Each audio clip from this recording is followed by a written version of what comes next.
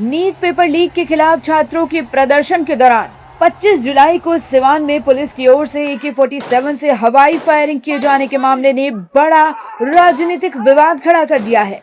घटना में शामिल पुलिस जवान के निलंबन के बाद भी विपक्ष सरकार पर हमलावर हो गया है।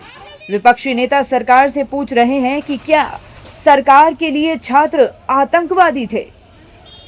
इतने बड़े देश भर में आंदोलन हुए, आज तक AK-47 किसी आंदोलन में नहीं चला। अगर वो वीडियो फुटेज देखेंगे तो सीधा एंगल देखिए। आपने आवाज उठाई थी यूज की जा रही है प्रोटेस्टर्स के ऊपर। पहले AK-47 are these terrorists, what is wrong with this people? देखिए, दिल्ली में पैलेट गन का इस्तेमाल किया गया, बिहार में AK-47 का इस्तेमाल किया गया, आंसू गैस के गोले छोड़े गए, 500 से ज़्यादा छात्रों के दिल्ली की सड़कों पे सर फोड़ दिए गए, हाथ तोड़ दिए गए, ये सब कांड हुआ है। तो सदन में जब बोलने का मौका मिलेगा तो इस मुद्दे को हम लोग उठाएंगे और हम लोगों को गृह मंत्री से इस मामले में जवाब चाहिए कि उनको सदन में आके इस पूरे घटनाक्रम पे अपना बयान देना चाहिए। दूसरी छात्र के ऊपर यूज करने की इजाजत दी, किसने वो ऑर्डर दिए, ये भी विपक्ष को जानने की कोशिश, विपक्ष जानने की इसका हक है, उनको जानने का हक है।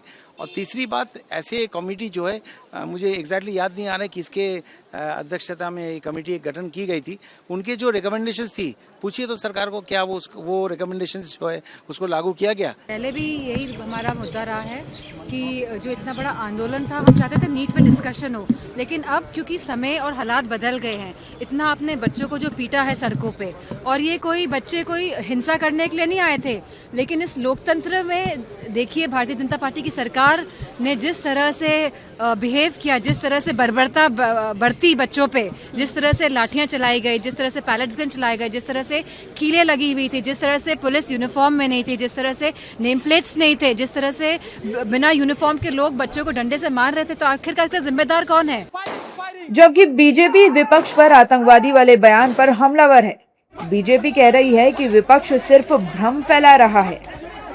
दोषी कोई भी हो, उस पर कार्रवाई शुरू हुई है, लेकिन मैं पूछना चाहता हूं प्रियंका जी, आपके घर के चंद कोस दूर सिख विधवा कॉलोनी है, और वो सिख वो हैं जिनको आपकी पार्टी के आकाओं ने आपके गांधी नेहरू परिवार के इशारे पर वोटर लिस्ट पकड़कर जिंदा जलाया था। कभी वहां गई हैं? 52 शहरों को शमशान बनाया था, कभी उन बहनों का दुख सुना है? अभी तो ये लोग हमेशा भ्रम ही फैलाते रहे हैं।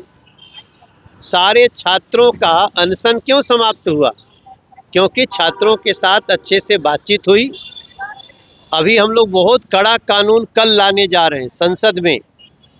पेपर लीक करने वालों को तुरंत आजीवन कारावास हो। आपको बताएं तो सरकार के आदेश के बाद सिवान के SP पूरन कुमार झा ने फायरिंग करने वाले सिपाही अभिषेक कुमार पटेल को तत्काल प्रभाव से निलंबित कर दिया है।